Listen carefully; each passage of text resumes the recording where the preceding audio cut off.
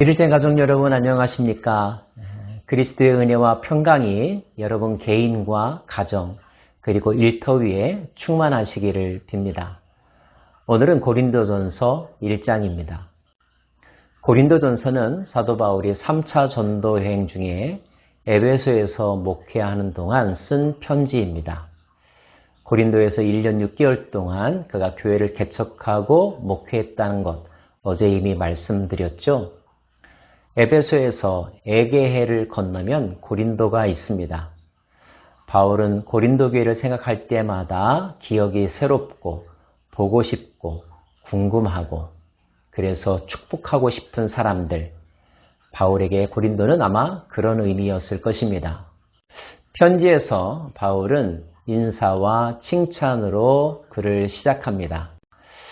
고린도에 있는 하나님의 교회, 곧 그리스도 예수 안에서 거룩하여지고 성도라 부르심을 받은 자들과 또 각처에서 우리 주, 곧 그들과 우리의 주 되신 예수 그리스도의 이름을 부르는 모든 자들에게 그리스도의 은혜와 평강이 있기를 원한다고 인사하고 있습니다.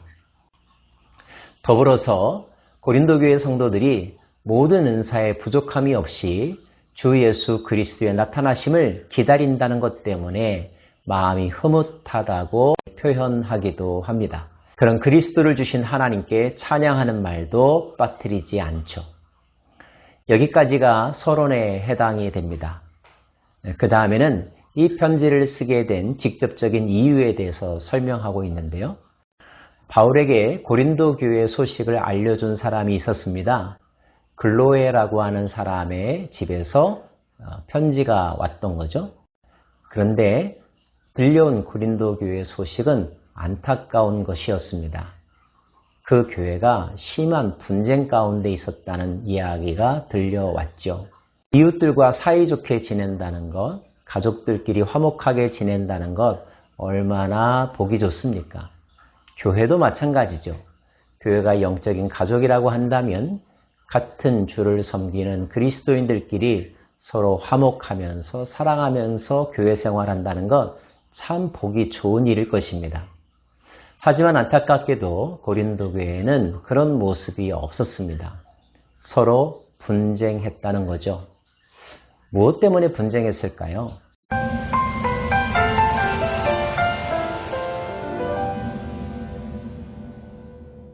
고린도 교회는 사도 바울에 의해서 개척이 되었지만 사도 바울이 떠나고 난 다음에는 아볼로가 고린도 교회를 목회했었습니다.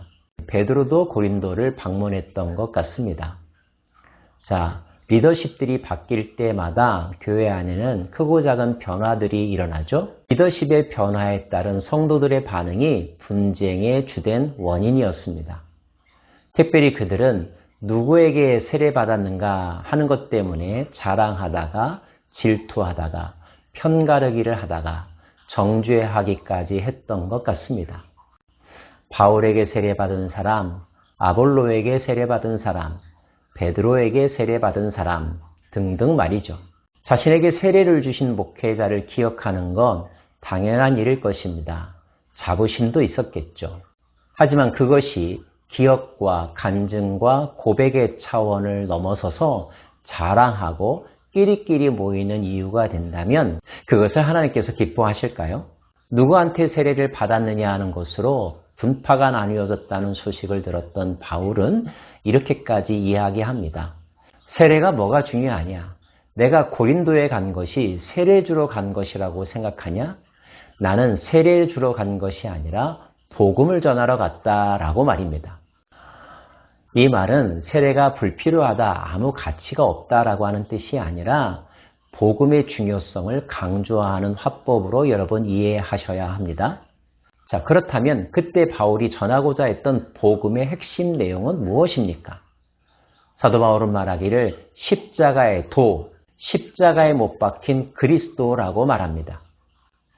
여러분은 이 이야기를 많이 들어서 십자가에 못 박힌 그리스도가 전혀 아무런 문제 없이 들리겠지만 사실 이 표현은 매우 역설적이고 이해하기 힘든 표현입니다. 그리스도라는 말은 메시아, 구원자라고 하는 뜻 아닙니까? 구원자가 어떻게 십자가에 못 박힙니까? 특별히 유대인들에게 있어서 십자가는 저주받은 사람들이 당하는 처형의 방식입니다. 헬라인들에게도 십자가형에 처해진다고 하는 것은 가장 극악무도한 죄를 지은 사람들에게 처해지는 참혹한 형벌입니다. 그런데 그리스도라고 하는 사람이 십자가에 못 박혀 죽었다니요.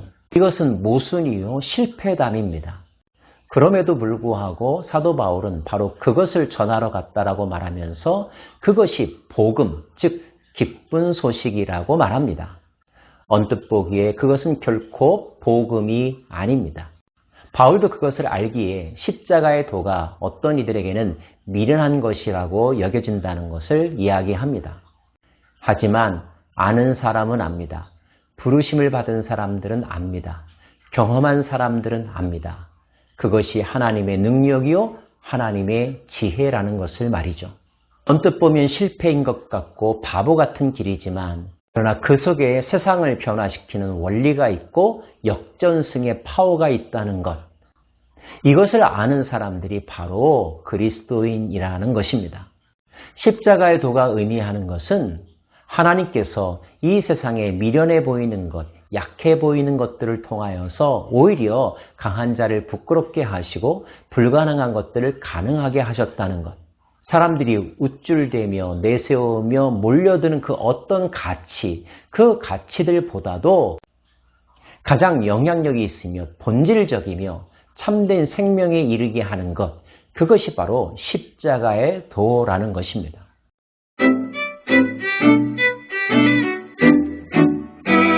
바울은 나아가 이렇게 이야기합니다. 우리 부르심을 받은 사람들을 한번 돌아보아라. 너희들 중에 내노라 할 만한 사람이 있느냐? 똑똑한 사람들이 있느냐? 권력을 가진 사람들이 있느냐? 우리 모두 다 사실 평범하고 보잘것없는 사람들에 지나지 않다는 것을 너희들도 인정하지 않느냐? 그런데 그런 사람들을 왜 하나님께서 택하셨는지 아는가? 첫째는 아무것도 자랑할 것이 없게 하기 위함이요. 둘째는 그런 사람들을 통하여 하나님의 능력과 지혜를 드러내려 하기 위함이다 라고 말이죠. 여러분은 여러분 자신에 대해서 어떻게 평가하고 계십니까? 자존감이 높은 사람은 물론 나는 존귀하고 능력 있고 필요한 사람이라고 하는 긍정적인 생각을 가지고 사시겠죠. 그런데 그런 긍정적인 생각을 갖기 이전에 적나라하게 여러분 실체를 한번 들여다 보십시다. 무엇을 내세울 수 있습니까?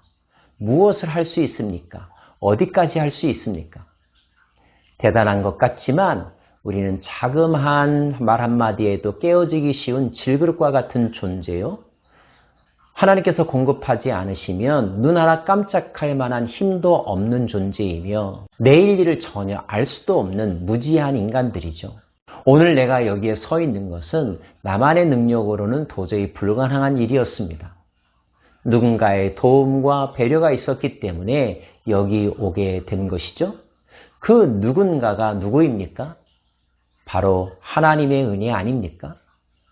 그렇다고 본다면 하나님의 은혜가 아니면 오늘의 나는 여기에 서 있을 수조차 없는 존재라고 하는 것.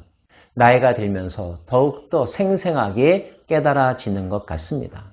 자, 그렇다고 한다면 우리가 자랑할 것이 무엇입니까? 우리는 아무것도 자랑할 것이 없습니다.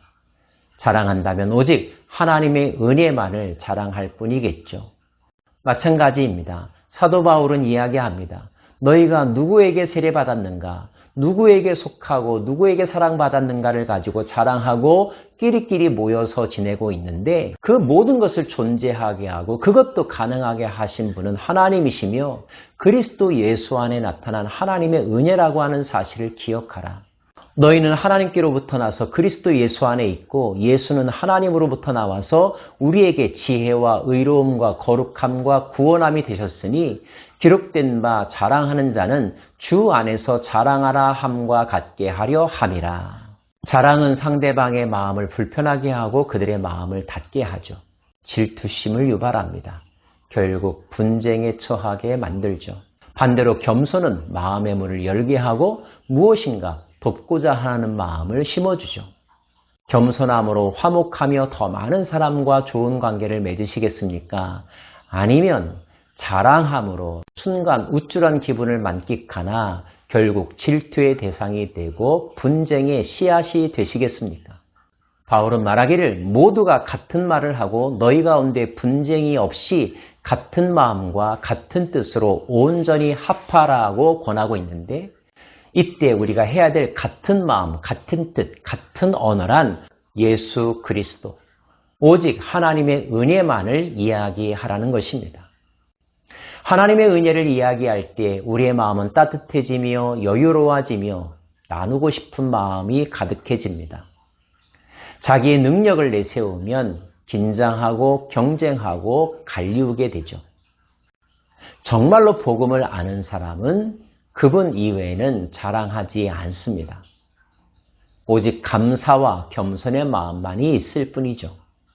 사랑하는 여러분, 오늘도 하나님의 은혜와 그분에 의하여 보냄받아 이 땅 가운데 오신 예수 그리스도의 희생과 부활하심과 다시 오심을 기억하면서 그분으로 인하여 내가 거듭나고 그분으로 인하여 내가 달라진 삶을 살게 되었노라고 간증하는 삶, 증언하는 삶의 주인공들이 되시기를 간절히 바랍니다. 모든 분파와 싸움은 사라지기를 주의 이름으로 축원합니다. 기도하겠습니다. 우리는 오직 예수 그리스도와 십자가만을 내세우며 살아갈 것입니다.